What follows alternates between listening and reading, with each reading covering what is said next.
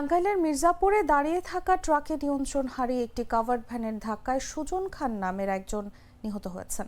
শনিবার রাত ৩টার দিকে ঢাকা টাঙ্গাইল যমুনা সেতু মহাসড়কের উপজেলার বাইপাসের বাওয়ার কুমারজানি এলাকায় এ ঘটনা ঘটে। পুলিশ জানায়, ঢাকা থেকে ছেড়ে আসা একটি কাভার্ড ভ্যান রাত ৩টার দিকে মহাসড়কের ওই স্থানে পৌঁছালে টাঙ্গাইলগামী লেনে দাঁড়িয়ে থাকা একটি ট্রাকের পেছনে ধাক্কা দেয়। এতে কাভার্ড ভ্যানের সামনের অংশ দুমড়ে মুচড়ে যায়। ফলে ঘটনাস্থলে চালক মারা যান। পরে পুলিশ খবর পেয়ে মরদেহ উদ্ধার করে। এ ব্যাপারে মির্জাপুর গোড়াই হাইওয়ে থানার উপপরিদর্শক আনিসুর রহমান বলেন, খবর পেয়ে ঘটনাস্থল থেকে নিহতের মরদেহ উদ্ধার করা হয়েছে।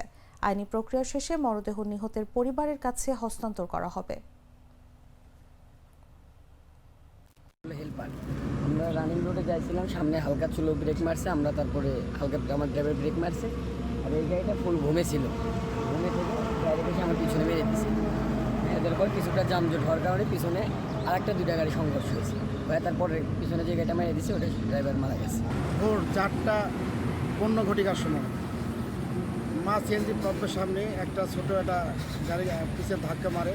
তারপর ওই ধাক্কা মারার ধারাবাহিকতায় যানজট লাগে। যানজট লাগার ফলে একটা ট্রাক পিছিয়ে দাঁড়া থাকে, তার পিছিয়ে একটা কভার্ড ভ্যান জোরে ধাক্কা মারলে কভার্ড ভ্যানের যে ভিতরে ড্রাইভার থাকে, ড্রাইভার ওখানেই মারা যায়।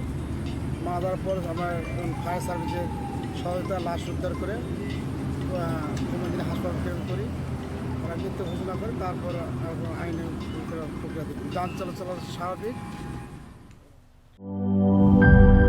সিল্কোর সিল্ক অ্যান্ড শাইন, যাতে আছে আর্গান অয়েল ও ওট প্রোটিনের গুডনেস, যা আপনার চুলকে রাখে হেলদি অ্যান্ড শাইনিং।